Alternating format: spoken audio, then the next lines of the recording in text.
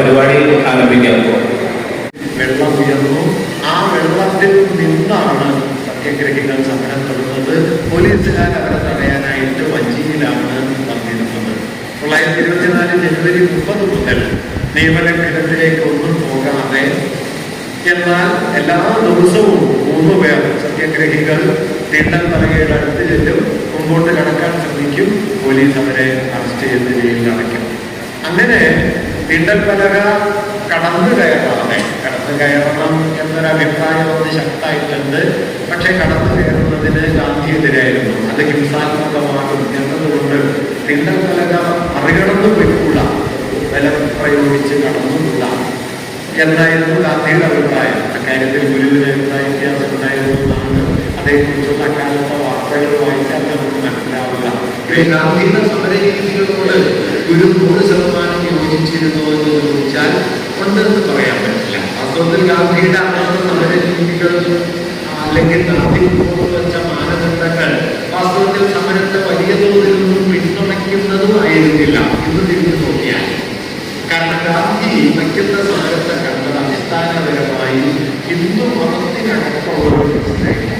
അല്ലാതെ മനുഷ്യർക്ക് വഴി നടക്കാനുള്ള അവകാശം ഒരു മനുഷ്യാവകാശ പ്രശ്നമാണ് എന്ന നിലയിൽ ജാതി പ്രശ്നത്തെ എല്ലാ മനുഷ്യരും ചേർന്ന് പരിഹരിക്കേണ്ട ഒരു മനുഷ്യാവകാശ പ്രശ്നമായി കാണാൻ അന്ന് ഗാന്ധി തയ്യാറില്ല.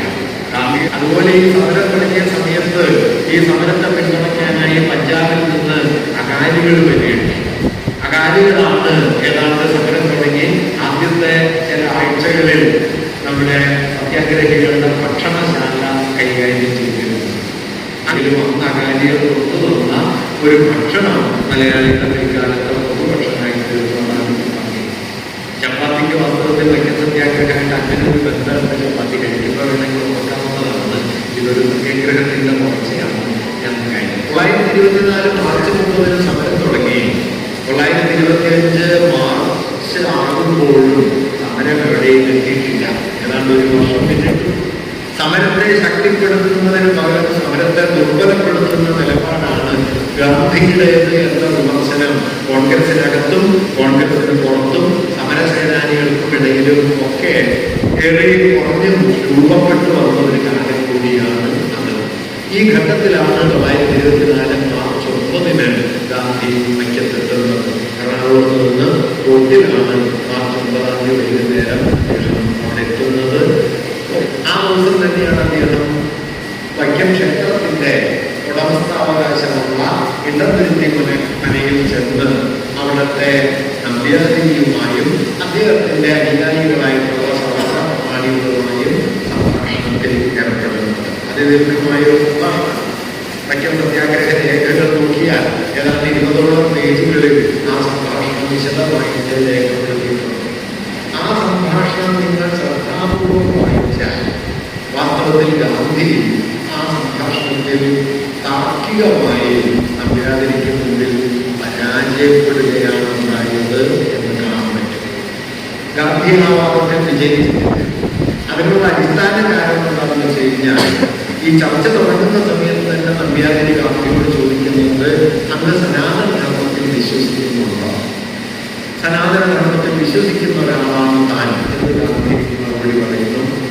തുടർന്ന് നമ്പ്യാതിരി പറയുന്നത് സനാതന ധർമ്മം അനുസരിച്ചാണ് ഞങ്ങൾ ഈ വഴി നടക്കാൻ അവകാശം നിഷേധിച്ചിട്ടുള്ളത്. അത് ഞങ്ങളുടെ പരമ്പരാഗതമായ സനാതന ധർമ്മവ്യവസ്ഥയാണ്. ഇതോടെ ഗാന്ധിക്ക് ഇതിനെ ചെറുക്കാൻ പാടില്ലാതെ സനാതന ധർമ്മത്തെ താൻ അംഗീകരിക്കുന്നു എന്ന് ഗാന്ധി സംബന്ധിച്ചതോടെ സനാതന ധർമ്മ വിധി അനുസരിച്ചാണ് തങ്ങൾ ഈ വഴിനടപ്പാവകാശം നിഷേധിക്കുന്നത് എന്ന നമ്പ്യാതിരിയുടെ വാദത്തെ ഗാന്ധിക്ക് ഖണ്ഡിക്കാൻ പറ്റാതെ. പിന്നെ ഗാന്ധി ചോദിക്കുന്നത് വഴി നടക്കാനുള്ള അവകാശം നിഷേധിക്കുന്നത് ഏത് ധർമ്മശാസ്ത്ര പ്രകാരമാണ്? അങ്ങനെ ശാങ്കര സ്മൃതിയിലെ വ്യവസ്ഥപ്പെടുത്തിയതനുസരിച്ചാണ് അവർക്ക് വഴി നടക്കാനുള്ള അവകാശം തങ്ങൾ തടയുന്നത് എന്നാണ് നമ്പ്യാതിരി പറഞ്ഞത്. ഗാന്ധി പ്രഭാഷണത്തിലെ വാദഗതികളിൽ താർക്കികമായി വിജയിച്ചു നിൽക്കുന്നത് നമ്പ്യാതിരിയാണ്. ആ വിജയത്തിലേക്ക് നമ്പ്യാതിരിയെ നയിക്കുന്ന അടിസ്ഥാന ഘടകം താൻ സനാതന ധർമ്മത്തെ അംഗീകരിക്കുന്ന ഒരാളാണ് എന്ന ഗാന്ധിയുടെ നിലപാടാണ്. അതോടെ ജാതി, അയിത്തം, കൊട്ടുകൂടായ്മ, അവർണ്ണരെ ക്ഷേത്രത്തിൽ പ്രവേശിപ്പിക്കാത്ത രീതികൾ, ഇതൊക്കെ ഗാന്ധിയവരോട് ചോദിക്കുന്നുണ്ട്. നമ്മുടെ സഹോദരരല്ലേ, അവർ വഴി നടക്കുന്നത് എന്താണ് തടസ്സം? അപ്പൊ നമ്പ്യാതിരി പറഞ്ഞ മറുപടി നീച ജന്മങ്ങളാണ് എന്നാണ്. നീച ജന്മങ്ങളാണ്. മുൻകാലത്തെ ചെയ്തികളുടെ അനന്തരഫലമാണ് ഈ ജന്മത്തിൽ അവർ അനുഭവിക്കുന്നത്. നീച ജന്മങ്ങളായതുകൊണ്ടാണ് അവരെ ക്ഷേത്രത്തിൽ പ്രവേശിപ്പിക്കുകയോ വഴി നടക്കാൻ അനുവദിക്കുകയോ ചെയ്യാറുള്ളത് എന്നിങ്ങനെ സനാതന ധർമ്മം എന്ന അടിസ്ഥാന യുക്തിയെ പിൻപറ്റിക്കൊണ്ട് ഗാന്ധിയുടെ വാദങ്ങളെ ഉടനീളം ഖണ്ഡിക്കുന്ന നിലപാടാണ് നമ്പ്യാതിരി കൈക്കൊണ്ടത്. ഒടുവിൽ ഗാന്ധി 3 ഒത്തുതീർപ്പ് നിർദ്ദേശങ്ങൾ വയ്ക്കുന്നുണ്ട്. നമ്പ്യാതിരി 3 സമ്മതിച്ചില്ല. സമ്മതിക്കാതിരുന്നത് ഗാന്ധിയുടെ ഭാഗ്യമെന്ന് വേണമെങ്കിൽ ഇന്ന് തിരിഞ്ഞു നോക്കിയാൽ കാണാം. കാരണം അതിലേതെങ്കിലും സമ്മതിച്ചാൽ വാസ്തവത്തിൽ ആ സമരം നമ്പ്യാതിരിക്ക് അനുകൂലമായി അവസാനിക്കുമായിരുന്നു. ഗാന്ധി വെച്ച 3 നിർദ്ദേശങ്ങളിൽ ആദ്യത്തേത് വൈക്കത്തും ക്ഷേത്രപരിസരത്തും പ്രവർത്തനം നടത്തുക. സവർണർക്കിടയിലെ ഭൂരിപക്ഷം സവർണരും വഴിനടപ്പാവകാശം നിഷേധിക്കുന്നുണ്ടെങ്കിൽ അത് അനുവദിക്കാം. സ്വാഭാവികമായിട്ടും വഴിനടപ്പാവകാശ നിഷേധം സവർണർക്കിടയിൽ ഭൂരിപക്ഷം വിട്ടുള്ള കിട്ടല് എളുപ്പമല്ല. പക്ഷെ ഗുരുവായൂർ വിജയിച്ചു കിട്ടും. ഗുരുവായൂർ സമരം പരാജയപ്പെട്ടെങ്കിലും സത്യാഗ്രഹം പരാജയപ്പെട്ടെങ്കിലും പരാജയപ്പെട്ട സത്യാഗ്രഹത്തിന് ശേഷം ചാവക്കാട് മർക്കയില്, ചാവക്കാട് താലൂക്കില് സവർണർക്കിടയില് സവർണർക്ക് ക്ഷേത്രപ്രവേശനം നൽകണമോ വേണ്ടയോ എന്നതിനെ കുറിച്ച് ഒരു അഭിപ്രായ വോട്ടെടുപ്പ് നടത്തിയിരുന്നു. റഫറണ്ടം നടത്തിയിരുന്നു. ആ റഫറണ്ടത്തിൽ ഏതാണ്ട് 63-64% വരുന്ന മേൽജാതിക്കാർ ക്ഷേത്രപ്രവേശനം നൽകണം എന്ന നിലപാട് സ്വീകരിക്കുകയാണ് ചെയ്യുന്നത്. അതുകൊണ്ട് പരാജയപ്പെട്ട സമരങ്ങൾക്കും ചില വിജയങ്ങളുണ്ട്. മനോഭാവത്തില്ല.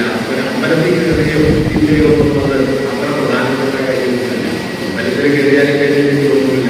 പക്ഷേ കേരളം എന്ന ബോധം ഭൂരിപക്ഷം മനുഷ്യത്തിലേക്ക് എത്തിക്കാൻ കഴിഞ്ഞു എന്നതാണ് പ്രധാനപ്പെട്ട കാര്യം. വൈക്കം സത്യാഗ്രഹം നടക്കുന്ന സമയത്ത് ഗുരുവായൂർ സത്യാഗ്രഹം നടക്കുന്ന സമയത്ത് സത്യാഗ്രഹത്തിന്റെ നേതൃത്വത്തിൽ 2 പ്രധാന കമ്മ്യൂണിസ്റ്റുകാരുണ്ട്. ഒന്ന് AKG ആണ്, മറ്റൊന്ന് കൃഷ്ണപിള്ളയാണ്. AKG ഗവർണറോടൊപ്പം നിരാഹാരം കിടക്കുന്നുണ്ട്. കൃഷ്ണപിള്ള അന്ന് നിലനിന്നിരുന്ന വ്യവസ്ഥ ലംഘിച്ച് മേൽജാതി ബ്രാഹ്മണന് മാത്രമേ ക്ഷേത്രത്തിൽ പണിയെടുക്കാവൂ എന്ന വ്യവസ്ഥ ലംഘിച്ച് ശൂദ്രനായരായ നായന്മാര് ശൂദ്രന്മാരാണ് കേട്ടോ. ക്ഷത്രിയഒരു തോന്നലിന് പരിഹാരമൊന്നുമില്ല. കേരളത്തിലെ ക്ഷത്രിയന്മാരും അമ്മമാരാണ്. ആ നായന്മാര് ശൂദ്രരാണ്. അമ്പലത്തിൽ കയറാൻ അനുവാദമില്ലാത്ത നായർ വിഭാഗങ്ങളുണ്ടായിരുന്നു. നായർ വിഭാഗങ്ങളിൽ ധാരാളം അവാന്തര വിഭാഗങ്ങൾ ഉണ്ടായിരുന്നു.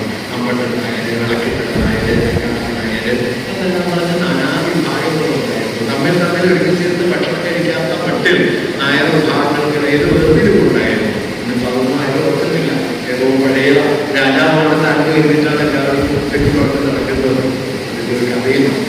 എന്തായാലും ഈ സവർണ വിഭാഗത്തിൽപ്പെട്ട ആളുകൾക്ക് വലിയ അവകാശാധികാരങ്ങൾ കിട്ടുകയും അവർണരായ ആളുകളെ നീചജന്മങ്ങളായി കരുതി പുറത്താക്കുകയും ചെയ്യുന്ന യുക്തിയാണ് നമ്പ്യാതിരിയൊക്കെ മുന്നോട്ട് വെച്ചത്. അപ്പൊ ആദ്യത്തെ ഒത്തുതീർപ്പ് വ്യവസ്ഥ ഈ റഫറണ്ടം എന്നതാണ്. അത് നമ്പ്യാതിരി സമ്മതിച്ചില്ല. രണ്ടാമതായി അദ്ദേഹം മുന്നോട്ട് വെച്ചത് സവർണ നമ്പ്യാതിരിയുടെയും ബ്രാഹ്മണരുടെയും പ്രതിനിധിയായിട്ടുള്ള ഒരു പണ്ഡിതനുണ്ട്.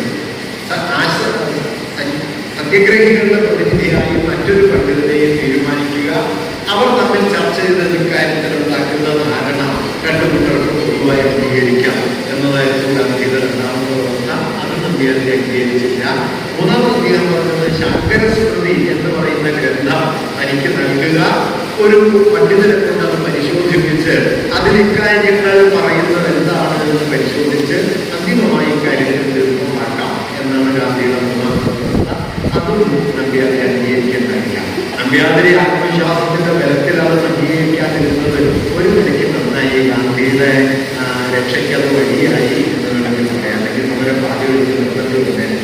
എന്തായാലും ഗാന്ധിയുടെ ഇത്തരം നിലപാടുകളൊക്കെ വാസ്തവത്തിൽ ആ സമരത്തെ ദുർബലപ്പെടുത്തുന്നതായിരുന്നു എന്ന ഒരു വിമർശനം ഒന്നുകൊണ്ട് ഇപ്പോഴും ഉണ്ട്. അതിൽ വലിയൊരളവോളം ശരിയുമുണ്ട്. കാരണം അന്ന് ഗാന്ധി സനാതന ധർമ്മം എന്ന് വിളിക്കപ്പെടുന്ന ജാതി ധർമ്മത്തിൻ്റെയും ജാതി എന്നത് തൊഴിൽ വിഭജനമാണ് എന്ന ബ്രാഹ്മണ്യവാദത്തിൻ്റെയും ഒക്കെ ഉള്ളിലാണ് നിലനിന്നിരുന്നത്. ഗാന്ധിയുടെ ഒരു ഗുണമുണ്ടായിരുന്നെന്ന് വെച്ചാൽ താൻ തന്നെ തന്നെ കൊണ്ടു നടന്ന ആശയാവലികളെ പെട്ടെന്ന് ബോധ്യപ്പെട്ടാൽ ഉപേക്ഷിക്കാൻ ഒരു മടിയുമില്ലാത്ത ആളാണ് ഗാന്ധി. അത് തുറന്നു പറയാനും ഒരു മടിയും അദ്ദേഹത്തിന് ഉണ്ടായിട്ടില്ല. അത് ഇക്കാര്യത്തിൽ മാത്രമല്ല, പല കാര്യങ്ങളിൽ. ഇപ്പൊ രാഷ്ട്രീയത്തിന്റെ അടിസ്ഥാനമായിട്ട് നിലകൊള്ളേണ്ടത് മതമാണ് എന്നായിരുന്നു ഗാന്ധിയുടെ അഭിപ്രായം. എന്ന് അത്ഭുതം തോന്നുന്ന ഒരു കാഴ്ചപ്പാടാണ്. ഗാന്ധി ഒരിക്കൽ പറയുന്നുണ്ട്, I will definitely introduce religion into politics. Politics without religion is moral. ഞാൻ നിശ്ചയമായും രാഷ്ട്രീയവും മതവും തമ്മിൽ കൂട്ടിയിണക്കും. മതമില്ലാത്ത രാഷ്ട്രീയം അധാർമികമാണ്. 1920-കളിലും 30-കളിലും ഒക്കെ ഗാന്ധി എടുക്കുന്ന നിലപാട് ഏറെക്കുറയുന്നതാണ്. എന്നാൽ 40-കളുടെ പകുതിയാകുമ്പോഴേക്ക് ഗാന്ധി നിലപാട് മാറ്റുകയും മതം എന്നതൊരു വ്യക്തിയുടെ സ്വകാര്യമായ കാര്യം മാത്രമാണെന്നും രാഷ്ട്രഭരണത്തിലോ രാഷ്ട്രീയ പ്രക്രിയയിലോ മതത്തിന് യാതൊരു പങ്കും ഉണ്ടാകരുത് എന്നും ഗാന്ധി ഖണ്ഡിതമായി പറഞ്ഞു. 1945 ഒരു ക്രിസ്ത്യൻ പുരോഹിതനുമായി നടത്തിയ സംഭാഷണത്തിൽ ഗാന്ധി പറയുന്ന ഒരു വാക്യം, ഒരൊറ്റ ദിവസത്തേക്ക് ഞാൻ ഈ രാജ്യത്തിന്റെ പരമാധികാരിയായാൽ ഞാൻ ചെയ്യുന്ന ആദ്യത്തെ കാര്യം രാഷ്ട്രീയത്തെയും മതത്തെയും സമ്പൂർണ്ണമായി വേർപെടുത്തുക എന്നതായിരിക്കും.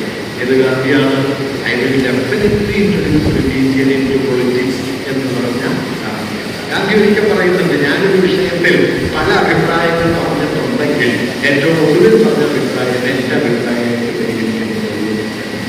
അതിൽ അദ്ദേഹത്തിന് പഠിക്കുന്നുണ്ടായിട്ടില്ല. അദ്ദേഹത്തിന്റെ ഗംഭീരമായ ഒരു വാക്യമുണ്ട്, I make no observe of consistency. അഭിപ്രായ സ്ഥിരതയുടെ ദുർഗുണത്തെ ഞാൻ കൊണ്ട് നടക്കുന്നില്ല. If I am true to myself from moment to moment, I do not mind the inconsistencies that may fall from me. ഓരോ നിമിഷത്തോടും ഞാൻ സത്യസന്ധനാണെങ്കിൽ എന്നിൽ വന്നു വീഴുന്ന അസ്ഥിരതകളെ ചൊല്ലി ഞാൻ വ്യാകുലപ്പെടുന്നുമില്ല. അതുകൊണ്ട് ഞാൻ നിലപാട് മാറ്റും. ജീവിതം നൽകുന്ന തിരിച്ചറിവുകൾക്കനുസരിച്ച് താൻ നിലപാട് മാറ്റുമെന്നും അതുകൊണ്ട് ഒരു വിഷയത്തിൽ താൻ ഏറ്റവും ഒടുവിൽ പറഞ്ഞത് തന്റെ നിലപാടായി കാണേണ്ടതുള്ളൂ എന്നും അഭിപ്രായങ്ങൾ തിരുത്താനുള്ളതാണ് എന്നും അറിയില്ലാതെ പറയുന്ന ഒരാളാണ് ഗാന്ധി. സാധാരണ നിലയിൽ നമുക്ക് അതൊക്കെ വലിയ പ്രയാസമാണ്. ഒരു അഭിപ്രായം പറഞ്ഞാൽ പിന്നെ മരണം വരെ അത് പറഞ്ഞുകൊണ്ടിരിക്കണമെന്നിങ്ങനെ ഒരു തോന്നൽ നമുക്കുണ്ട്. വിജയമാഷ് പണ്ട് പറയുന്നുണ്ട്, ഒരാൾ 50 കൊല്ലം ഒരേ അഭിപ്രായം തന്നെ പറഞ്ഞുകൊണ്ടിരുന്നു എന്നതിന്റെ അർത്ഥം തൊഴിൽ മുമ്പോട്ടൊന്നും മനസ്സിലായിട്ടില്ല, അല്ലെങ്കിൽ മുകളിൽ നാട്ടുകാരെ പറ്റിക്കുകയാണ്. അല്ലാതെ നിങ്ങൾക്ക് ഒരേ കാര്യം പറഞ്ഞുകൊണ്ടേ ഇരിക്കാൻ പറ്റില്ല. ലോകം മാറുന്നുണ്ട്, ജീവിതക്രമങ്ങൾ മാറുന്നുണ്ട്, നിങ്ങൾ പറയുന്നുണ്ട്. അതുകൊണ്ട് മാറാതിരിക്കുന്നത് മഹത്തായ ഒരു ഗുണമായിട്ടല്ല ഗാന്ധി കണ്ടത്. ഗാന്ധി മാറി. പക്ഷെ 20-കളിൽ ഗാന്ധി ജാതിക്ക് അനുകൂലമാണ്. ആ അനുകൂല നിലപാട് ഐക്യസത്യാഗ്രഹത്തിൽ ഇടപെടുന്നതിൽ അദ്ദേഹത്തെ പരിമിതപ്പെടുത്തുന്നുണ്ട്. ഇങ്ങനെ 1924 മാർച്ച് 10-ന് നമ്പ്യാതിരിയുമായി കൂടിക്കണ്ട് ആ സംവാദത്തിൽ ഏതാണ്ട് പരാജിതമായ സ്ഥിതിയിലാണ് ഗാന്ധി അവിടെ നിന്ന് ഇരിക്കുന്നത്. പിന്നെ ഗാന്ധി റാണി സേതു പാർവതി ലക്ഷ്മിഭായിയുമായി കൂടിക്കാണുന്നുണ്ട്. തിരുവാങ്കൂറിലെ പോലീസ് കമ്മീഷണറുമായി കൂടിക്കാഴ്ച നടത്തുന്നുണ്ട്. അതുപോലെ മറ്റ് ചില പ്രധാനപ്പെട്ട വ്യക്തികളുമായുള്ള സംഭാഷണമൊക്കെ നടത്തുന്നുണ്ട്. ഇതിനെല്ലാം ശേഷമാണ് 1925 ജനുവരി 12 ഉച്ചയോടെ അദ്ദേഹം ശിവഗിരിയിൽ എത്തിച്ചേരുന്നു. ശിവഗിരിയിൽ അദ്ദേഹം ശിവഗിരിയിൽ വെച്ചെല്ലാം കൂടിക്കാഴ്ച നാരായണഗുരുവിന്റെ പ്രധാന ശിഷ്യന്മാരിലൊരാളായ ആലുമൂട്ടിൽ ഗോവിന്ദദാസ് എന്നു പേരായ ഒരാളെ അദ്ദേഹം പണികഴിപ്പിച്ച, അദ്ദേഹത്തിന്റെ മകളുടെ പേരിൽ പണികഴിപ്പിച്ച വനജാക്ഷി മന്ദിരം എന്ന കെട്ടിടത്തിലാണ് അവർ കൂടി കാണുന്നത്. ഉച്ചയ്ക്ക് 3 മണിക്കാണ് ഗാന്ധിയുമായിട്ടുള്ള കൂടിക്കാഴ്ച നടക്കുന്നത്. ഗാന്ധിയോടൊപ്പം ഗാന്ധിയുടെ മകൻ രാംദാസ് ഗാന്ധിയുണ്ട്, ഗാന്ധിയുടെ പ്രൈവറ്റ് സെക്രട്ടറി മഹാദേവ ദേശായിയുണ്ട്, അന്ന് കോൺഗ്രസിന്റെ ഇന്ത്യയിലെയും ദക്ഷിണേന്ത്യയിലെയും വലിയ നേതാവായ ശ്രീ രാജഗോപാലാചാര്യയുണ്ട്, കാര്യലാലുണ്ട്. അങ്ങനെ ഒരു കൂട്ടം ആളുകളോടൊപ്പമാണ് ഗാന്ധി എത്തുന്നത്. ഗാന്ധി എത്തുന്നതിന് മുമ്പ് തന്നെ വനജാക്ഷി മന്ദിരത്തില് ഗുരുവുണ്ട്. വനജാക്ഷി മന്ദിരത്തിന്റെ പേര് മാറ്റിയിരുന്നു, ഗാന്ധി ആശ്രമം എന്ന പേരിട്ട് അതിനെ പുതുക്കിയിട്ടാണ് അവിടെ വെച്ചാണ് കൂടിക്കാഴ്ച നടത്തുന്നത്. ഗുരുവുണ്ട്, ദിക്കമാതകളുണ്ട്, വി കുഞ്ഞിരാമനുണ്ട്, സഹോദരനേശ്വരുണ്ട്, ബോധാനന്ദ സ്വാമികളുണ്ട്, സത്യവ്രത സ്വാമികളുണ്ട്. അങ്ങനെ 8-10 പേര് ഗുരുവിനോടൊപ്പവും അതുപോലെ തന്നെ 6-7 പേര് ഗാന്ധിയോടൊപ്പവും ഉണ്ട്. ഉച്ചയ്ക്ക് 3 മണിയോടെ ഗാന്ധി ആശ്രമത്തിൽ എത്തിച്ചേരുന്നു. ഗാന്ധി ഗുരുവും തമ്മിലുള്ള സംഭാഷണം വളരെ ദീർഘമല്ല. ഞാൻ നേരത്തെ പറഞ്ഞ സത്യാഗ്രഹ സമര രേഖകൾ നോക്കിയാൽ ഇടതുരുത്തി മനയിലെ നമ്പ്യാതിരിയുമായി ഗാന്ധി നടത്തുന്ന സംഭാഷണങ്ങൾ ഏതാണ്ട് 20ഓളം പേജുകൾ ദൈർഘ്യമുള്ളതാണെങ്കിൽ ഗാന്ധി ഗുരുവും തമ്മിലുള്ള സംഭാഷണം ഏതാണ്ട് ഒരു 2.5 പേജുകൾ.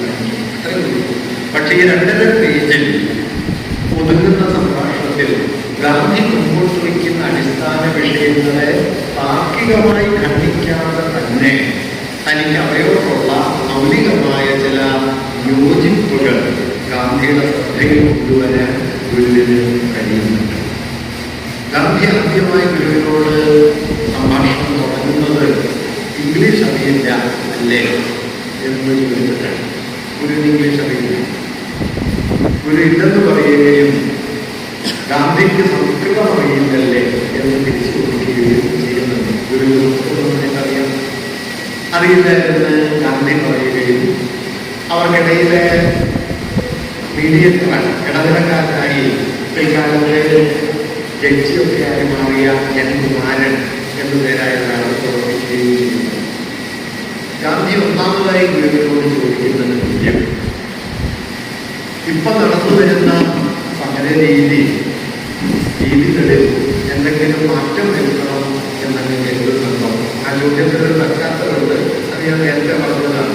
പല രീതി ശരിയല്ല, ആവശ്യമെങ്കിൽ തിരുത്തൽക്കലകൾ മറികടന്നു പോകണം എന്ന് ഗുരു അഭിപ്രായപ്പെട്ടതായ ഒരു വാർത്ത അന്തരീക്ഷത്തിൽ പ്രചരിക്കുകയും ഗാന്ധി അതിനോടൊപ്പം യോജിപ്പ് പരസ്യമായി എഴുതുകയും അതിന് ഒരു മറുപടിയായി അത് തന്റെ അഭിപ്രായമല്ല എന്ന് പറയുകയും ഒക്കെ ചെയ്ത പശ്ചാത്തലത്തിലാണ് ഗാന്ധി ഈ ചോദ്യം ഗുരുവിനോട് ചോദിക്കുന്നത്.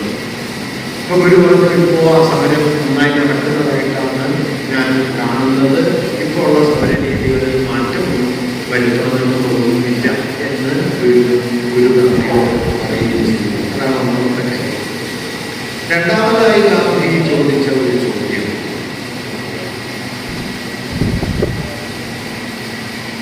മനുഷ്യർക്ക് സ്വാതന്ത്ര്യത്തിന് മതപരിവർത്തനം ആവശ്യമാണ് എന്ന് പലരും കരുതുന്നുണ്ട്. അന്ന് അതിനോട് യോജിക്കുന്നുണ്ടോ? ഇത് വളരെ ക്രൂഷ്യലായ ഒരു ചോദ്യമാണ്. കാരണം അന്ന് എല്ലാവർക്കും ഇന്ത്യയിൽ പല ഭാഗങ്ങളും ജാതി മർദ്ദനത്തിൽ നിന്നും പുറത്തു കിടക്കാനുള്ള ഒരു വഴി എന്ന നിലയിൽ വലിയ തോതിൽ മതപരിവർത്തനത്തിന് ആളുകൾ വിധേയമാകുന്നുണ്ട്. തിരുവാറൂരിലാണെങ്കിൽ തെക്കൻ തിരുവാറൂരിലും നാഗർകോവിലും പരിസരങ്ങളിലുമൊക്കെ ചാന്നാർ സമുദായത്തിൽപ്പെട്ട ആളുകൾ വലിയ തോതിൽ ക്രിസ്തുമതം സ്വീകരിക്കുന്നു. നാടാവിഗ്രഹത്തിൽപ്പെട്ട ആളുകൾ വലിയ തോതിൽ ക്രിസ്തുമതം സ്വീകരിക്കുന്നുണ്ട്. അത് ക്രിസ്ത്യാനിറ്റി ഹിന്ദുമതത്തെക്കാൾ മഹത്തരമാണെന്ന് തത്വം പഠിച്ചിട്ടൊന്നുമല്ല. ക്രൈസ്തവനായാൽ വഴി നടക്കാം, ഹിന്ദു ആണെങ്കിൽ വഴി നടക്കാൻ പറ്റില്ല. ക്രൈസ്തവനായാൽ സ്കൂളിൽ പോയി പഠിക്കാം, ഹിന്ദു ആണെങ്കിലും പഠിക്കാൻ പറ്റില്ല. ക്രൈസ്തവനാണെങ്കിൽ പള്ളിക്കൂടത്തിൽ ചേരാം, കിണറ്റിൽ നിന്ന് വെള്ളമെടുക്കാം, ഹിന്ദു ആണെങ്കിൽ ഇതൊന്നും പറ്റില്ല. എന്നിങ്ങനെ ജാതി വിവേചനം ഹിന്ദുമതത്തിൽ നടമാടുന്നത് കൊണ്ട് മതം ഉപേക്ഷിക്കണം, ബുദ്ധമതം സ്വീകരിക്കണമെന്ന വാദം അന്ന് ഗുരുവിന്റെ അനുയായികൾക്കിടയിൽ ശക്തമായിട്ടുള്ളത്. വി കുഞ്ഞിരാമൻ ആ വാദക്കാരനാണ്. ഐക്യവാദം പ്രത്യക്ഷത്തിൽ പറയുന്നില്ലെങ്കിലും അങ്ങനെ ഒരു അന്തരീക്ഷമുണ്ട്. കുമാരനാശാൻ പ്രത്യക്ഷത്തിൽ മതപരിവർത്തനത്തിന് എതിരായിരുന്നുവെങ്കിലും അദ്ദേഹത്തിന്റെ സാഹിത്യത്തിലുടനീളം ബുദ്ധമതത്തിന്റെ വലിയ സ്വാധീനം നമുക്ക് കാണാനായിട്ട് കഴിയും. പ്രത്യക്ഷത്തിൽ ആശാൻ മതപരിവർത്തനത്തിനെതിരായിരുന്നു. വി കുഞ്ഞിരാമൻ മതപരിവർത്തനത്തിന് വേണ്ടി വാദിച്ച സമയത്ത് വി കുഞ്ഞിരാമനല്ല, മിതവാദി കൃഷ്ണവക്കീലൻ.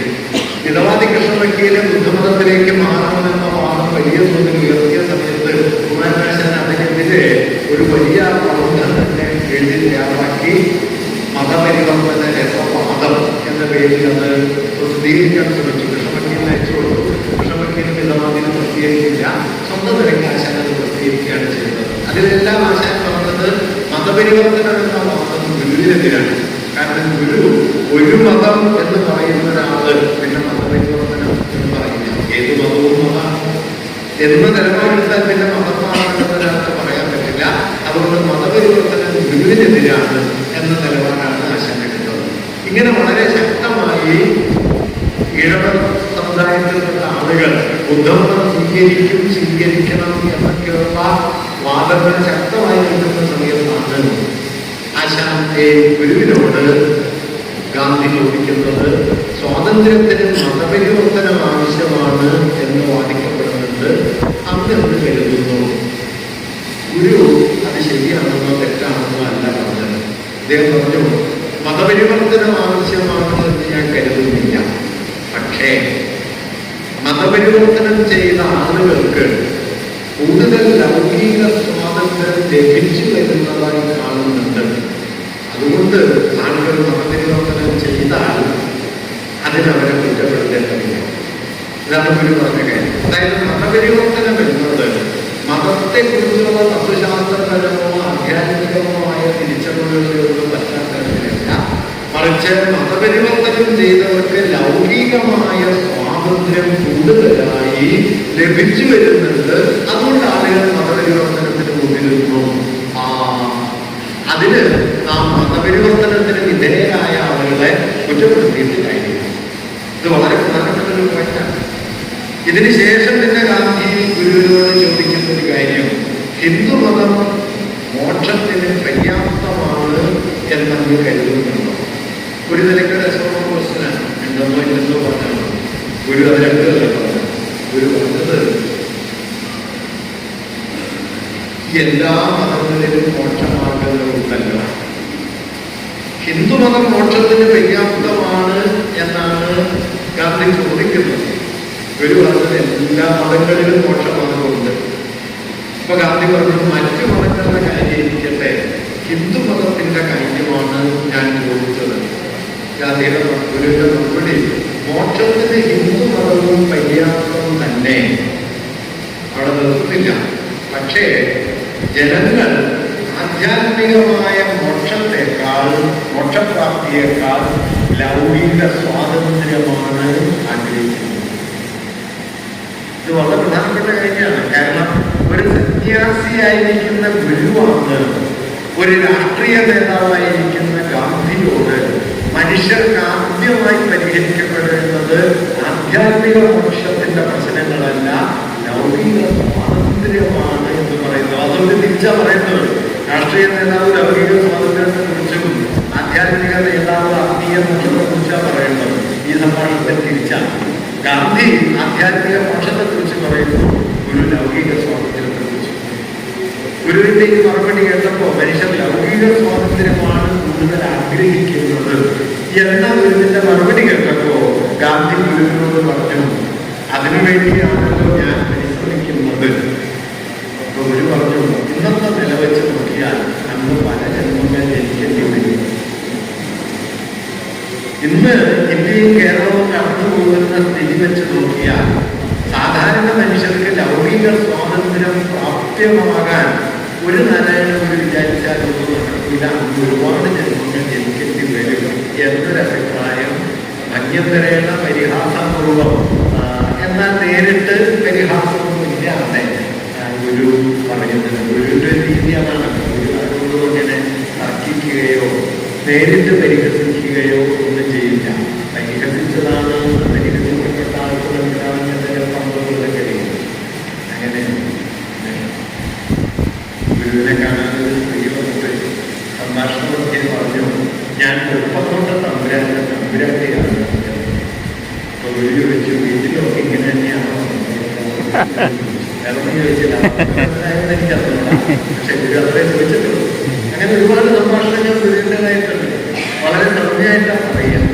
ഒരു പണ്ഡിതൻ ശിവഗിരിയിൽ ഗുരുവിനെ കാണാൻ ചെന്ന് ദീർഘമായി സംസാരിച്ചിട്ട് വളരെ പണ്ഡിതോചിതമായി ജാതി ശരിയാണ് എന്ന് വാദിച്ചുറപ്പിച്ചു. ഗുരു ഒന്നും പറഞ്ഞില്ല.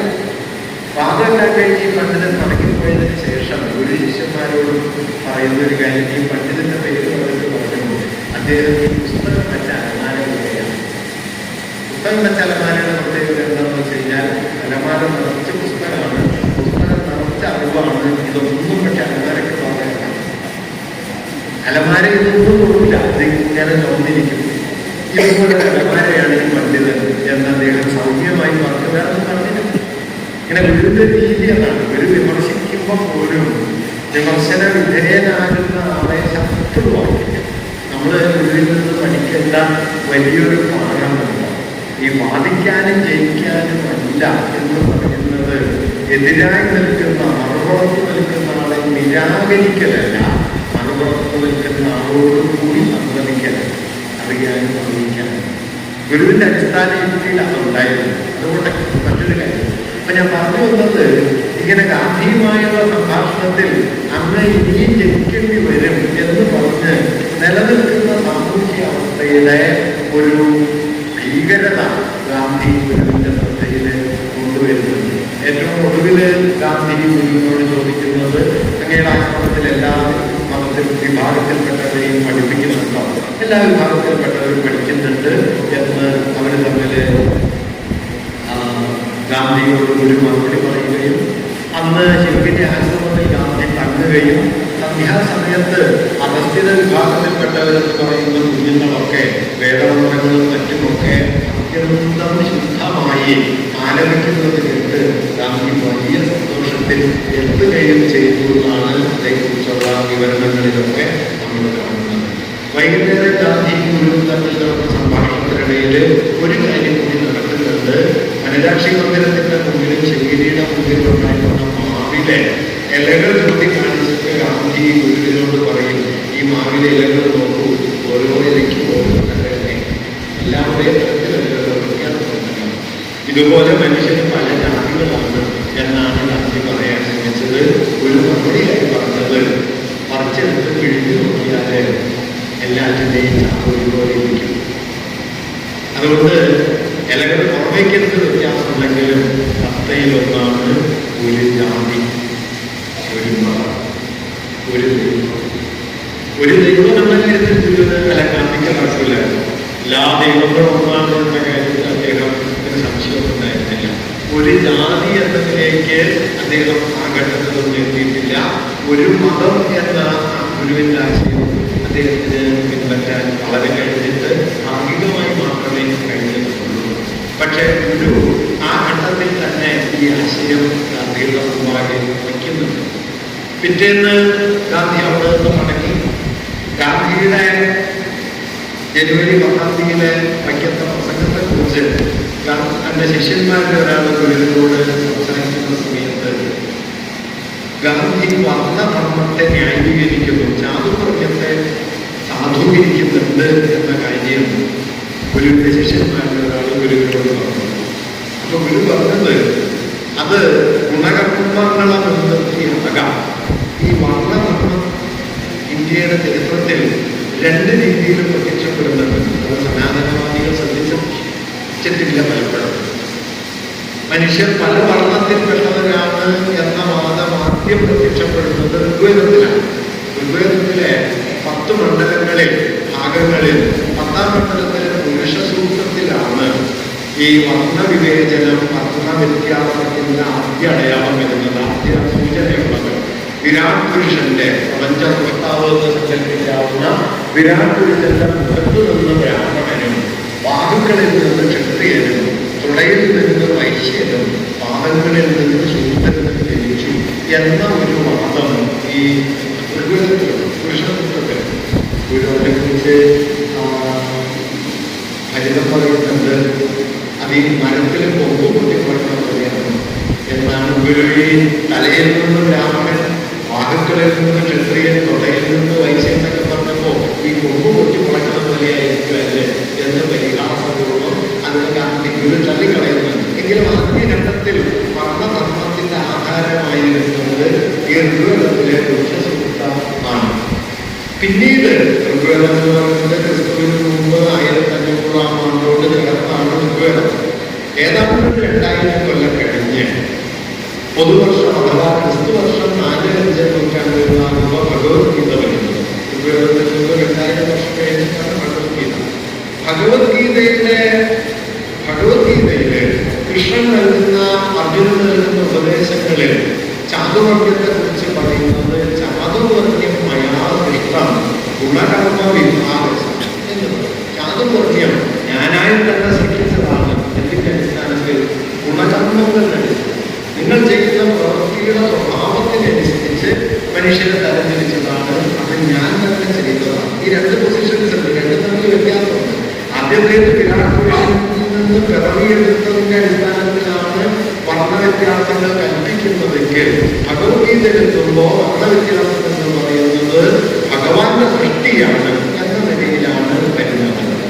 ഇന്ത്യയുടെ നവോത്ഥാന ചരിത്രം നോക്കിയാൽ ഈ ഗുണകർമ്മങ്ങളെ അടിസ്ഥാനപ്പെടുത്തിയുള്ള വിഭജനമാണ് ചാതുർവർണ്ണ്യം, അത് ശരിയാണ് എന്ന വാദത്തെ നേർക്ക് നേരെ ഖണ്ഡിച്ച ഒരൊറ്റ സന്യാസിയെ നിങ്ങൾ കാണുന്നുള്ളൂ. വിവേകാനന്ദനും ശ്രീരാമകൃഷ്ണ പരമഹംസനും അടക്കം ചാതുർവർണ്ണ്യത്തെ അംഗീകരിച്ചവരാണ് ഗുരു അംഗീകരിച്ചത്. ഗുരുവിന്റെ ലോജിക്ക് വളരെ സിമ്പിളാണ്. ഗുരു പറഞ്ഞു ഗുണകർമ്മങ്ങൾക്ക് സ്ഥായിത്വമില്ല. ഒരേ തരം പ്രവൃത്തി ചെയ്ത് മനുഷ്യർക്ക് ജീവിക്കാൻ പറ്റില്ല. ബ്രാഹ്മണർ എന്ന് പറയുന്നത് വിജ്ഞാന പ്രവൃത്തി ചെയ്യുന്നവരാണ്, തത്വചിന്തയിലും അധ്യാത്മ കാര്യങ്ങളിലും ഏർപ്പെടുന്നവരാണ്. എങ്കിലും അവർക്ക് കച്ചവടം കഴിയില്ല. അവർക്ക് ചിലപ്പോൾ ഭരണകാര്യങ്ങൾ നിർവഹിക്കേണ്ടി വരും, വീട്ടിലെ മറ്റു തരം പ്രവർത്തനങ്ങൾ ചെയ്യേണ്ടി വരും. ജ്ഞാനപ്രവർത്തനത്തിൽ മാത്രം ഏർപ്പെട്ട് ഒരാൾക്ക് ജീവിക്കാൻ പറ്റില്ല. അതിൻ്റെ അർത്ഥം ഗുണകർമ്മങ്ങൾക്ക് സ്ഥായിത്വമില്ല. ഭരണകാര്യങ്ങൾ ചെയ്യുന്നവർക്ക് ചിലപ്പോൾ വിജ്ഞാനം ആർജിക്കേണ്ടി വരും. ഭരണകാര്യങ്ങൾ നടത്തുന്ന ക്ഷത്രിയർക്ക് വൈശ്യർക്ക് വിധിച്ച കച്ചവട പ്രവർത്തനങ്ങളിൽ ഏർപ്പെടേണ്ടി വരും. അതായത് മനുഷ്യന്റെ പ്രവൃത്തി ജീവിതം, പ്രവൃത്തി മണ്ഡലം എന്ന് പറയുന്നത് സ്ഥായിത്വമുള്ളതല്ല. ഗുണകർമ്മങ്ങൾക്ക് സ്ഥായിത്വമില്ലെങ്കിൽ ഗുണകർമ്മങ്ങളെ മുൻനിർത്തിയുള്ള വർണ്ണവേദനം എങ്ങനെ നിൽക്കും? ഇതാണ് ഗുരുവിന്റെ ചോദ്യം. അതുകൊണ്ട് ഗുണകർമ്മങ്ങളെ മുൻനിർത്തിയുള്ള മനുഷ്യരെ തട്ടുതട്ടായി തിരിക്കുന്ന വർണ്ണവിവേചനം എന്ന ആശയം ആദ്യം നിഷേധിക്കുന്നവനാണെന്ന് ഗുരു. അംബേദ്കറെ പോലെ, പൂലെയെ പോലെ, രാമസ്വാമി നായ്ക്കരെ പോലെയൊക്കെയുള്ള വിപ്ലവകാരികളായ പ്രമുഖകാരികൾ മറ്റു നിലയ്ക്ക് നിഷേധിക്കുന്നുണ്ട്. ഗുരു അങ്ങനെയല്ല നിഷേധിക്കുന്നത്. ഗുരു നിഷേധിക്കുന്നത് ഈ ഗുണകർമ്മം എന്ന സങ്കല്പത്തിന്റെ ആധാരത്തെ തന്നെ ചോദ്യം ചെയ്തിട്ടാണ്. കാരണം ഏകമാനമായ ഒരു ഗുണകർമ്മത്തിൽ ഒരു മനുഷ്യന് ജീവിക്കാൻ പറ്റില്ല. അതുകൊണ്ട് ഗുണകർമ്മങ്ങൾക്ക് സ്ഥായിത്വം ഇല്ലാത്തതുകൊണ്ട് ഗുണത്തെ മുൻനിർത്തുന്ന മാനുഷികമായ വിഭജനം, വർണ്ണധർമ്മ വിവേചനം സാധ്യം. ഇങ്ങനെ ഗാന്ധിയുമായുള്ള കൂടിക്കാഴ്ചയുടെ പശ്ചാത്തലത്തിലാണ് ഈ ചാതുർവർണ്ണ്യം എന്ന ആശയത്തെയും ഒരു നിഷേധിക്കുന്നത്.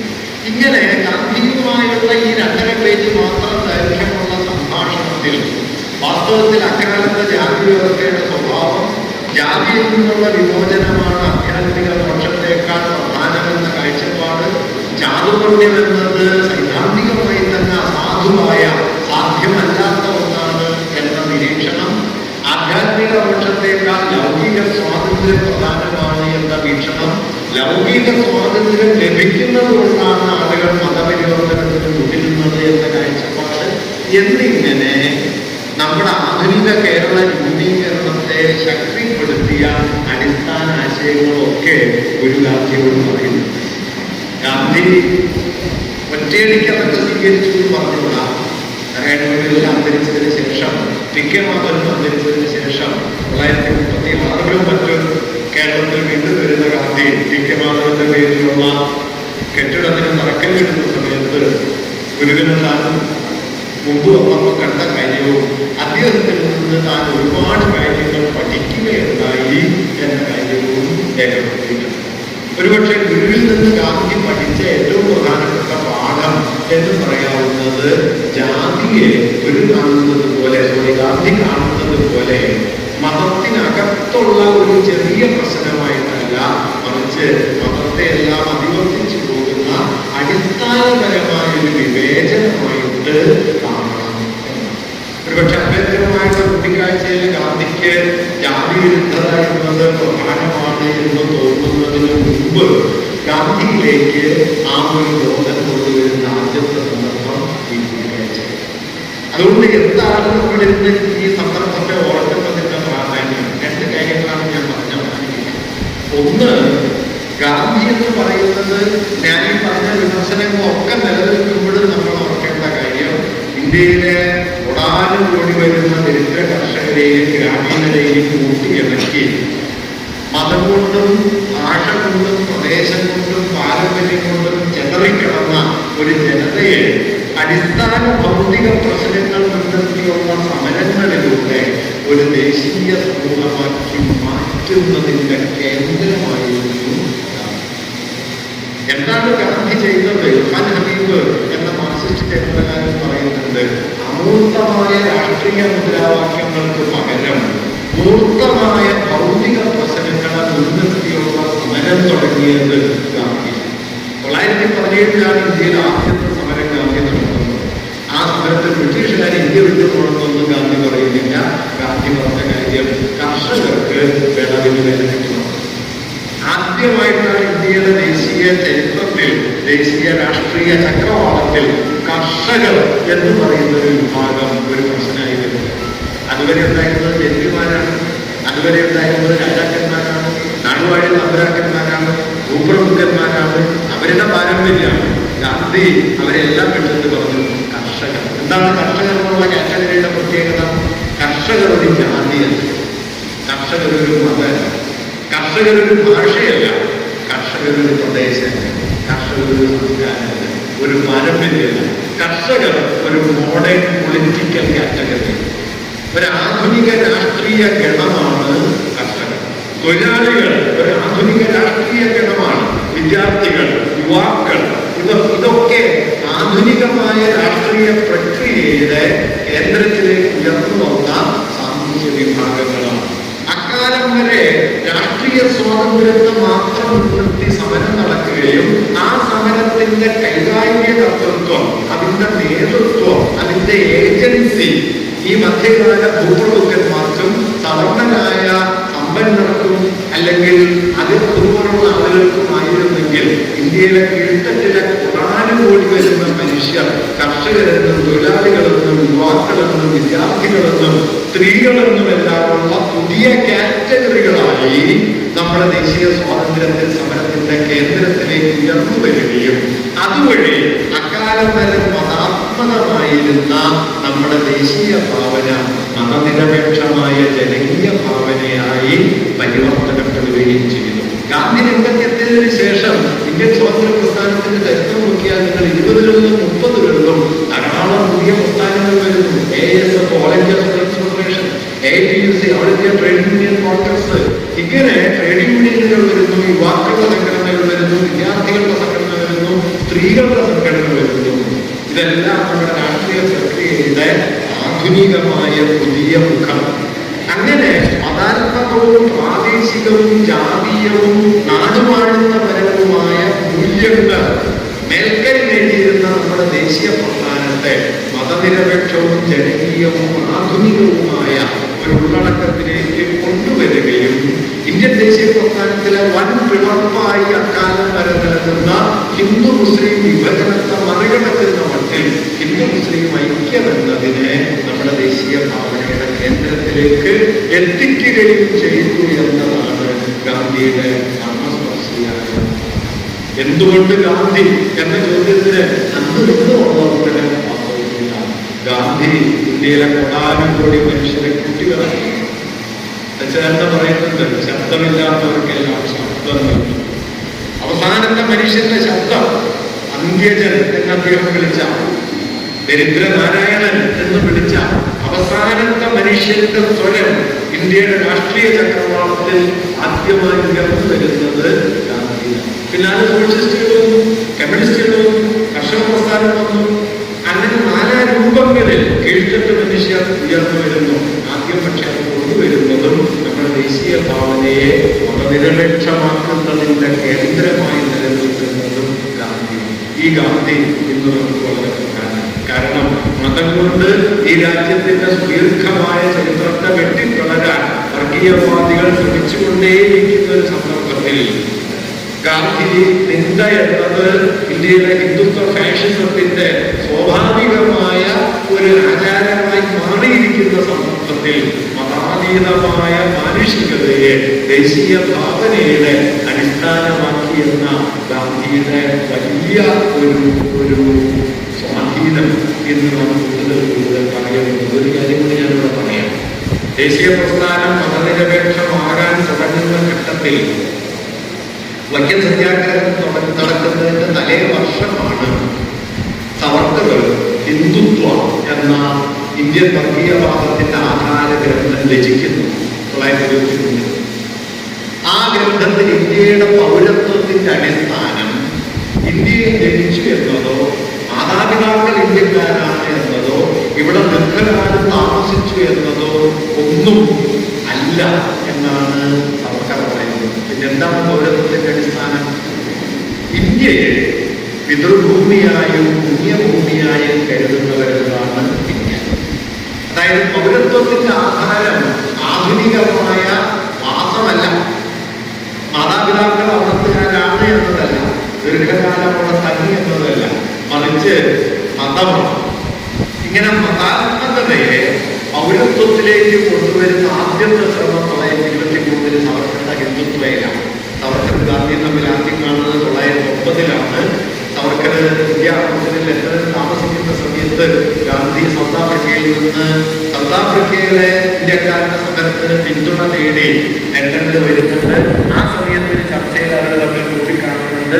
സവർക്കർ മുമ്പോട്ട് വയ്ക്കുന്ന വാദഗതികളുടെ ഹിംസാത്മകതയും അതിലടങ്ങിയ മതതീവ്രവാദ നിലപാട് അന്ന് തന്നെ തിരിച്ചറിഞ്ഞിട്ടാണ് ലണ്ടനിൽ നിന്ന് ദക്ഷിണാഫ്രിക്കയിലേക്ക് മടങ്ങിപ്പോകുന്ന വഴി കപ്പലിന്റെ മുകൾ തട്ടിലിരുന്ന് 22 ദിവസം കൊണ്ട് ഒറ്റ സ്ട്രെച്ചിന് ഗാന്ധി അദ്ദേഹത്തിന്റെ ഏറ്റവും പ്രധാനപ്പെട്ട ഗ്രന്ഥം എഴുതിയത് ഹിന്ദു സ്വരാജ്.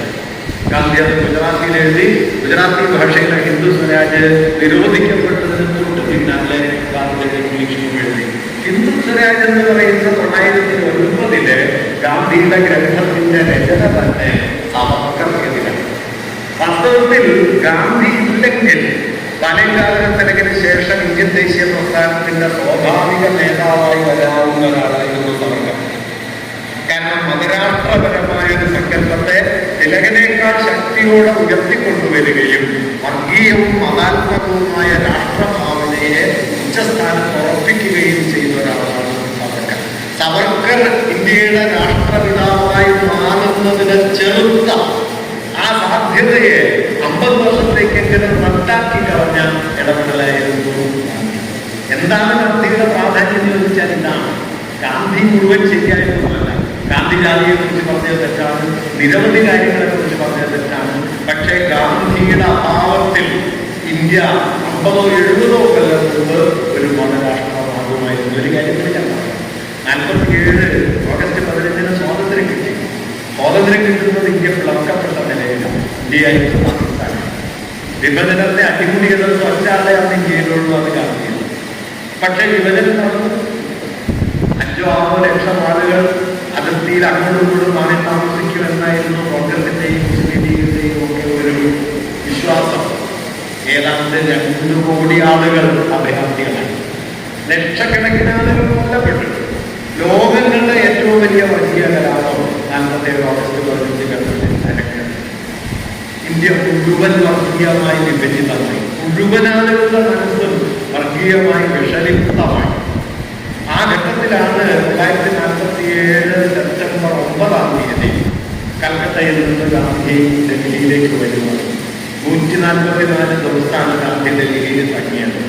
ഈ 144 ദിവസം ഗാന്ധി നടത്തിയ ഇടപെടലുകൾ 48 ജനുവരി 13 മുതൽ 18 വരെ 5 ദിവസം നടത്തിയ അവസാനത്തെ നിരാഹാരവും ആ നിരാഹാരത്തിലൂടെ ഇന്ത്യയുടെ വർഗീയ വിദ്വേഷത്തിനെതിരെ ഉയർത്തിക്കൊണ്ടുവന്ന ഭീമമായ ധാർമ്മിക ബലവും ഒടുവിൽ 48 ജനുവരി 30 കോട്ടയുടെ വെടിയുണ്ട ഏറ്റുവാങ്ങി ഭരിച്ച രക്തസാക്ഷിത്വവും കൊണ്ടാണ് 1948 മുതൽ ഒരു 19 കൊല്ലക്കാലം ഇന്ത്യ മതനിരപേക്ഷ രാഷ്ട്രമായി നിലനിന്നത്.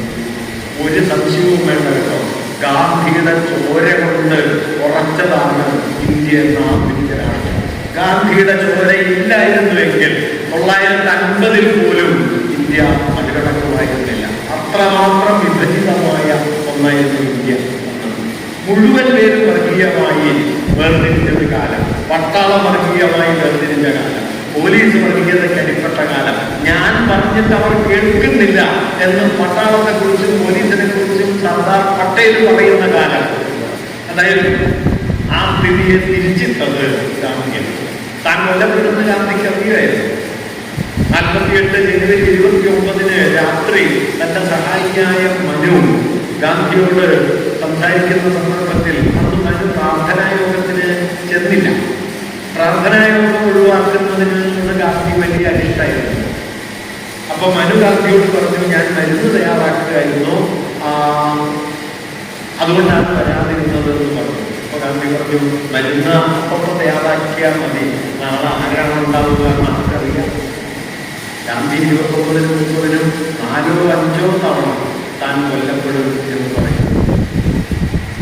പ്രാർത്ഥനായോഗത്തിലേക്ക് പോകുന്നതിന് മുമ്പ് 48 ജനുവരി 30 വൈകുന്നേരം പ്രാർത്ഥനായോഗത്തിലേക്ക് പുറപ്പെടുന്നതിന് മുമ്പ് കത്തിയവാറിൽ നിന്ന്, ഗുജറാത്തിലെ കത്തിയവാറിൽ നിന്ന് 2 പേര് കാണാൻ വന്നിട്ടുണ്ട് എന്ന് ഗാന്ധിയോട് മനു പറയുന്നുണ്ട്. ഗാന്ധി പറഞ്ഞു, ഞാൻ പ്രാർത്ഥന കഴിഞ്ഞ് വന്ന് അത് കഴിഞ്ഞ് ഗാന്ധി ജവാഹത്തിന് പുറകിലെ മുംബൈയിലാണ് നടക്കും കുറെ നേരം. ആ നടക്കുന്ന സമയത്ത് കാണാം എന്ന് പറയും. ഒരു വാക്യം കൂടി കണ്ടു കൂടിച്ചേർക്കുന്നത് ജീവിച്ചിരിക്കുന്നുണ്ടെങ്കിൽ 48 ജനുവരി 29 രാത്രി മനുവുമായി സംസാരിക്കുമ്പോൾ ഗാന്ധി മനുവിനോട് പറയുന്നൊരു കാര്യം ഇതാണ്: ഞാൻ രോഗബാധിതനായിട്ടാണ് മരിക്കുന്നതെങ്കിൽ ഞാനൊരു കപട മഹാത്മാവായിരുന്നു എന്ന് നിങ്ങൾ ലോകത്തോട് പറയണം. മറിച്ച് കഴിഞ്ഞ ആഴ്ചയിലെന്ന പോലെ ആരെങ്കിലും എനിക്കെതിരെ ബോംബെറിയുകയോ ആരുടെയെങ്കിലും വെടിയുണ്ടയിൽ നിന്ന് എന്റെ നേർക്ക് വെടിയുണ്ടകൾ ചൊരിയപ്പെടുകയോ ചെയ്യുകയും ചുണ്ടിൽ രാമനാമങ്ങളോടെ ഒരു ഞരക്കം പോലും ഇല്ലാതെ ഞാനത് ഏറ്റുവാങ്ങുകയും ചെയ്യുകയാണെങ്കിൽ ഞാനൊരു യഥാർത്ഥ മഹാത്മാവായിരുന്നു എന്ന് നിങ്ങൾ പ്രവർത്തിക്കുന്നു. 48 ജനുവരി 23 രാത്രി 9:15. പിന്നെ 20 മണിക്കൂറാണ് ഗാന്ധി ജീവിച്ചത്. 30-ന് വൈകുന്നേരം 5:17 ഗാന്ധി കൊല്ലപ്പെട്ടു. താൻ കൊല്ലപ്പെടുമെന്ന കാര്യം ഗാന്ധിക്ക് ഏതാണ്ട് അറിയുമായിരുന്നു. താൻ കൊല്ലപ്പെടുന്നതാണ് നല്ലതെന്ന് ഒരുപക്ഷെ ഗാന്ധി കരുതിയിട്ടുണ്ടാകും. കാരണം ആ രക്തസാക്ഷിത്വം ഉണ്ടാക്കുന്ന ധാർമ്മികമായ ബലം ഇന്ത്യയുടെ മതനിരപേക്ഷമായ ഐക്യത്തെ, ഏകതയെ ഉയർത്തിക്കൊണ്ടുവരും എന്ന് ഗാന്ധി അറിയുമായിരുന്നു. അത് ശരിയുമായി ഗാന്ധി മതത്തിന് ശേഷം ഇന്ത്യയിൽ അലയടിച്ചിരുന്ന അതിശക്തമായ വർഗീയ വിരുദ്ധ പ്രചാരത്തിന്റെ ഊർജത്തിന്റെ പശ്ചാത്തലത്തിലാണ് ഹിന്ദുത്വ രാഷ്ട്രീയം ഇന്ത്യയെ ഒരു മതരാഷ്ട്രമാക്കാമെന്ന അവരുടെ പ്രതീക്ഷ മടക്കിവെച്ച് ഏതാണ്ട് ഒരു 30 കൊല്ലത്തേക്ക് പിൻവാങ്ങിയത്. ആ പിൻവാങ്ങിയ ഹിന്ദുത്വ രാഷ്ട്രീയത്തെ ഉയർത്തിക്കൊണ്ടുവരാൻ അവസരം നൽകി എന്നതാണ് ദീർഘകാലാടിസ്ഥാനത്തിൽ അടിയന്തരാവസ്ഥയുടെ ഏറ്റവും മാരകമായ ഫലം. ഇന്ത്യൻ ദേശീയ രാഷ്ട്രീയത്തിൽ RSS നടത്തായിപ്പോയതാണ് ഗാന്ധി പറഞ്ഞത്. RSS എന്ന് സ്വയം പറയാൻ ആളുകൾ പഠിച്ചിരുന്നു. RSS എന്നത് നികൃഷ്ടമായ ഒന്നായി അക്കാലത്ത് മനുഷ്യർ കണ്ടിരുന്നു. ആ തിരിച്ചടിയിൽ നിന്ന്, ആ പിന്നോക്കാവസ്ഥയിൽ നിന്ന് ഹൈന്ദവ വർഗീയതയ്ക്ക് ഒരു ഊർജ്ജം നൽകിക്കൊണ്ട്, സാധുത നൽകിക്കൊണ്ട്, സ്വാതന്ത്ര്യത്തിന് വേണ്ടിയുള്ള പോരാളികളെന്ന പരിവേഷം നൽകിക്കൊണ്ട്, പരിവേഷത്തിലുള്ള അടിയന്തരാവസ്ഥക്കാലത്ത് നേരത്ത് ഞങ്ങൾ ഒരു രാഷ്ട്രീയ പ്രവർത്തനം നടത്തില്ല എന്ന് ഇന്ദിരാഗാന്ധി എഴുതി കൊടുത്തിട്ടുണ്ട് RSSന്റെ സെക്രട്ടറി. പക്ഷെ എങ്കിലും ആ ഒരു പരിവേഷം നൽകിക്കൊണ്ട് RSSന് സാമൂഹ്യമായ ഒരു സ്വീകാര്യത കൊടുക്കാൻ കഴിഞ്ഞു എന്നതാണ് വാസ്തവത്തിൽ അടിയന്തരാവസ്ഥയുടെ അർദ്ധഫാസിസ്റ്റ് സ്വഭാവത്തെക്കാൾ ദീർഘകാല അടിസ്ഥാനത്തിൽ എന്ന് തിരിഞ്ഞുകൊടുക്കുമ്പോൾ അതിൻ്റെ ഏറ്റവും വിനാശകരമായ ഫലം. അടിയന്തരാവസ്ഥയിലാണ് RSS ഉയർന്നത്. പിന്നെ നിങ്ങൾക്കൊക്കെ അറിയുന്നത് പോലെ രാമക്ഷേത്രം എന്ന വാദമുയർത്തി ബാബറി മസ്ജിദ് ആദ്യം അടച്ചുപൂട്ടി. പിന്നീട് 86 അത് ശിലാന്യാസത്തിന് അവിടെ പൂജ അനുവദിച്ചു. പിന്നെ തുറന്നു കൊടുത്തു. പിന്നീട് അത് കുളിക്കാൻ അനുവാദം നൽകി. പിന്നീട് അവിടെ ക്ഷേത്രം. ഇങ്ങനെ ഹിന്ദുത്വ വർഗീയതയ്ക്കെതിരെ ഗാന്ധി എടുത്ത അതിനിശ്ചിതമായ നിലപാടിന്റെ ബലത്തിലാണ് വാസ്തവത്തിൽ ഇന്ത്യ നിലനിൽക്കുന്നത്. അതുകൊണ്ട് എന്താണ് ഗാന്ധി എന്ന് ചോദിച്ചാൽ നിശ്ചയമായും ഗാന്ധിയോട് നാം യോജിക്കേണ്ട ഒട്ടനവധി കാര്യങ്ങളുണ്ട്. പക്ഷെ അപ്പോഴൊക്കെ നാം ഓർക്കേണ്ടത് ഒരു മതരാഷ്ട്രത്തിന്റെ പിടിയിൽ നിന്ന് ഒരു 70-60 കൊല്ലക്കാലം ഈ രാജ്യത്തെ രക്ഷിച്ചു നിർത്തിയത് ഗാന്ധിയും ഗാന്ധിയുടെ ചോരയുമാണ്. അത് അർത്ഥശക്തിക്കറിയില്ലാതെ പറയുന്നത്.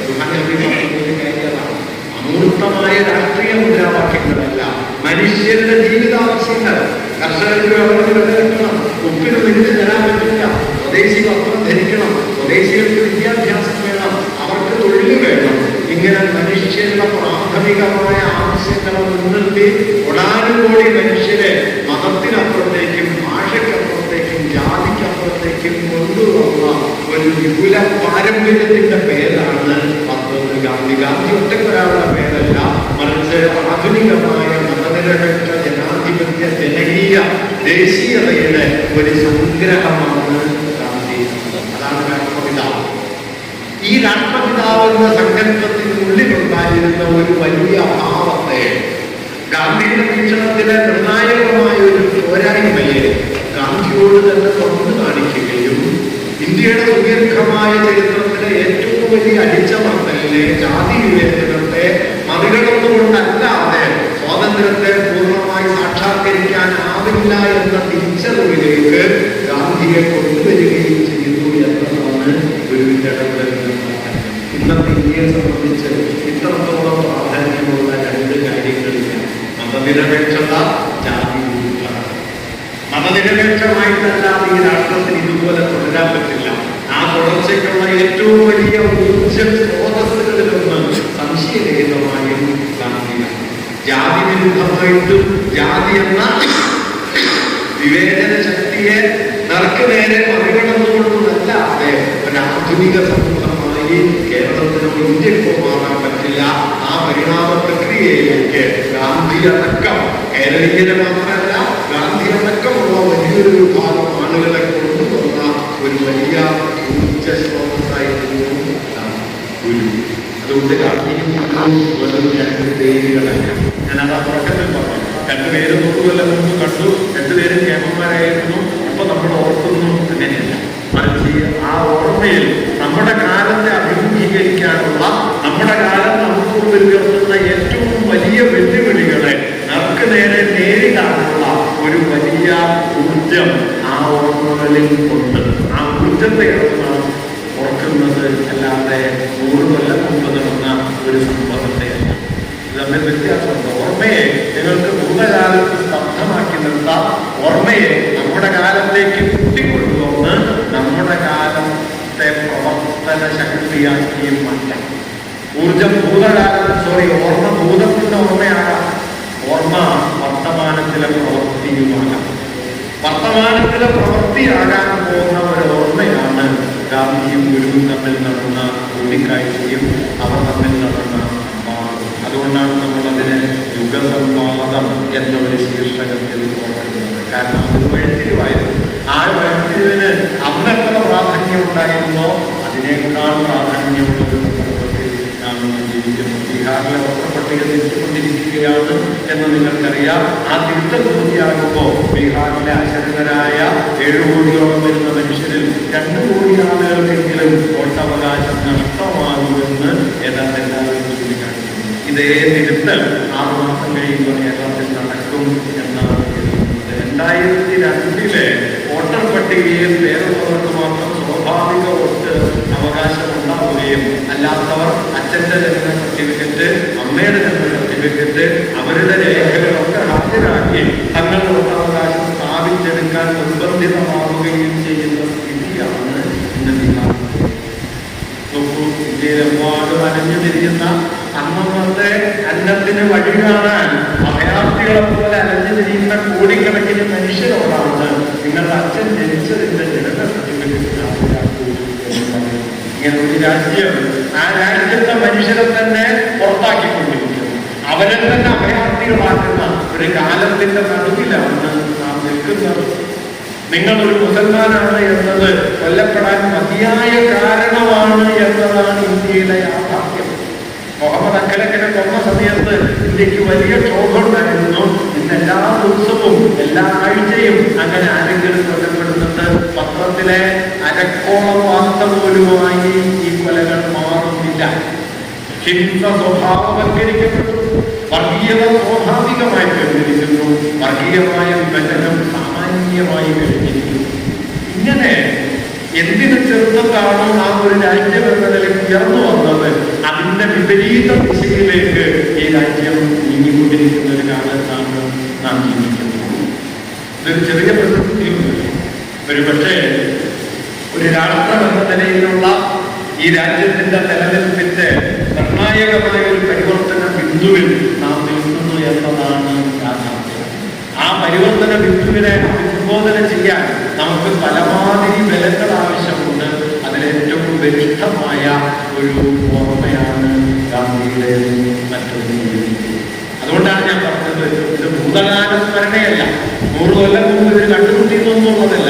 അതെല്ലാം ചരിത്രത്തിലെ സാധാരണ കാര്യങ്ങളാണ്. മറിച്ച് ആ കണ്ടുമുട്ടൽ നമുക്ക് നൽകിയ ഉണർവ് എന്താണ്, ആ കണ്ടുമുട്ടലിൽ നിന്ന് നമ്മിലേക്ക് എത്തുന്ന ആശയപ്രപഞ്ചം എന്താണ്, അത് നമ്മുടെ കാലത്തോട് സംവദിക്കാൻ നമ്മെ എങ്ങനെയാണ് പ്രാപ്തമാക്കുന്നത് എന്ന് തിരിച്ചറിഞ്ഞ് പൊരുതി നിൽക്കുന്ന ഒരു ജനതയായി മാറുന്നതിനുള്ള ഒരു ഊർജത്തെ നാം ഇവരിൽ നിന്ന് ഏറ്റെടുക്കുന്നു. മനുഷ്യനായിരിക്കുക എന്നതിന്റെ വിശാലമായ അർത്ഥം എന്താണ്? അത് നാരായണൻ പറഞ്ഞാണ് അപരപ്രിയ ഹേതുവായി വരണം. മാനുഷികത എന്നതിന്റെ ആധാരം ആത്മപ്രിയത്തിലേക്ക് അപരപ്രിയത്വത്തെ ചേർത്ത് വെക്കണം. തന്നിലേക്ക് താനല്ലാത്തവരെ ചേർത്ത് വെക്കലാണ്. തന്നിലേക്ക് താനല്ലാത്തവരെ ചേർത്ത് വയ്ക്കുന്നതിന്റെ വലിയ ആശയമായിട്ടാണ് ഗാന്ധിജി അന്ത്യോദയം എന്ന് പറഞ്ഞത്. ഗാന്ധിയോട് ചോദിക്കുന്നുണ്ട്, സ്വാതന്ത്ര്യപ്രാപ്തിയുടെ നേതൃത്വത്തിൽ ഗാന്ധിയോട് ചോദിക്കുന്നുണ്ട്, ഇന്ത്യ ഗവൺമെന്റ് എന്ത് ചെയ്യണമെന്നാണെന്ന് കരുതുന്നത്. ഗാന്ധിയോട് ചെറിയ വാക്യം മറുപടിയായി പറഞ്ഞു, wipe out the tears from the ice of the common man. ഏറ്റവും ദുഷ്ടനായ മനുഷ്യന്റെ കണ്ണീരൊന്നു, അതിനപ്പുറമൊന്നുമില്ല. ഇന്ന് ഏറ്റവും അവസാനത്തെ മനുഷ്യനുണ്ടല്ലോ, കോമൺ മാൻ. നമ്മുടെ കാഴ്ചയുടെ ചക്രവാള സിനിമകളിൽ പുലി സദൃശ്യരായി പോലും വരാത്ത കീടജന്മങ്ങളായി അവര് മാറി തീർന്നൊരു കാലം. 20-ാം നൂറ്റാണ്ട് പറക്കുമ്പോ ബ്രിട്ടീഷ് ഭരണത്തിന്റെ 150 കൊല്ലങ്ങൾക്ക് ശേഷം ഇന്ത്യയിലുണ്ടായിരുന്ന സാമ്പത്തിക അസമത്വത്തെക്കാൾ വലുതാണ് സ്വാതന്ത്ര്യപ്രാപ്തിയുടെ 75-ാം വർഷത്തിൽ ഇന്ത്യയിലുള്ള സമ്പത്ത്. 150 കൊല്ലക്കാലം ബ്രിട്ടീഷ് ഭരണകൂടം നടത്തിയ കൊള്ളയുടെ അനന്തരഫലമായി ഇന്ത്യയിലുണ്ടായ സാമ്പത്തിക അസമത്വത്തെക്കാൾ വലിയ അസമത്വം ഇന്ന് ഇന്ത്യയിൽ സാമ്പത്തികമാണ്. ഇന്ത്യൻ ജനതയുടെ അതിസമ്പന്നരായ 10%, ഇന്ത്യയിലെ മൊത്തം സമ്പത്തിന്റെ 80% കൈയടക്കുന്ന കാലമാണ്. 10% അതിസമ്പന്നരാണ്. 80% സ്വത്ത് കൈയടക്കി കഴിഞ്ഞിരിക്കുന്നു. ഇന്ത്യൻ ജനതയുടെ 90%ത്തിന്റെ കയ്യിൽ മൊത്തം സമ്പത്തിന്റെ 20% അസമത്വത്തിന്റെ അതിഭീകരമായ വളർച്ച. ലോക അസമത്വ പട്ടികയിൽ 126-ാമത്തെ സ്ഥാനത്താണ് ഇന്ത്യ. എന്നാൽ ലോകത്ത് സാമ്പത്തിക ശക്തി എന്ന നിലയ്ക്ക് ഇന്ത്യ 4-ാമത്തെയോ 5-ാമത്തെയോ ഭീമാകാരമായ സമ്പത്ത് ഉണ്ടായിരിക്കുക, അതിനേക്കാൾ ഭീമാകാരമായ അസമത്വം ഉണ്ടായിരിക്കുക. സമ്പത്ത് മുഴുവൻ ചെലവിൽ കുടിഞ്ഞുകൊള്ളുക, ബാക്കിയുള്ളവർ പരമദരിദ്രരായി ചെയ്യുക.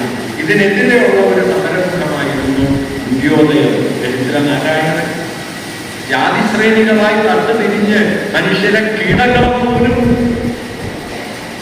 കീടങ്ങളായി പോലും പരിഗണിക്കാത്തൊരു വ്യവസ്ഥക്കെതിരെയാണ് ഒരു അപരന്റെ സുഖത്തിനായി വരണം എന്ന ആശയം കൊണ്ടുവന്നു.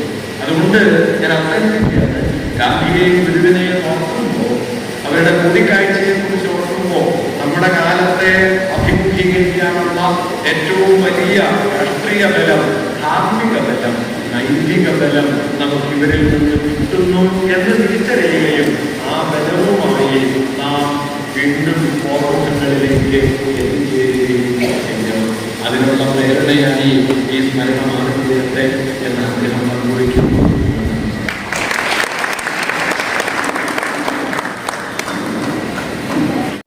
പരിപാടിയുടെ അധ്യക്ഷൻ അഖിൽദാസാണ്. അഖിൽദാസിന് ഈ പരിപാടിയുടെ പേരിൽ നന്ദി അറിയിച്ചുകൊള്ളുന്നു. നമ്മുടെ ഈ സംവാദത്തിൽ ഭാഷകളിൽ ഈ പരിപാടിയുടെ പേരിൽ നന്ദി അറിയിച്ചിട്ടുണ്ട്. കൂടാതെ ഇവിടെ പങ്കെടുക്കുന്ന തൃപ്പൂണിത്തുറ ഏരിയ കമ്മിറ്റിയുടെ സെക്രട്ടറി പി വാസുദേവൻ സഖാവിന് ഈ പരിപാടിയുടെ പേരിൽ നന്ദി അറിയിച്ചു.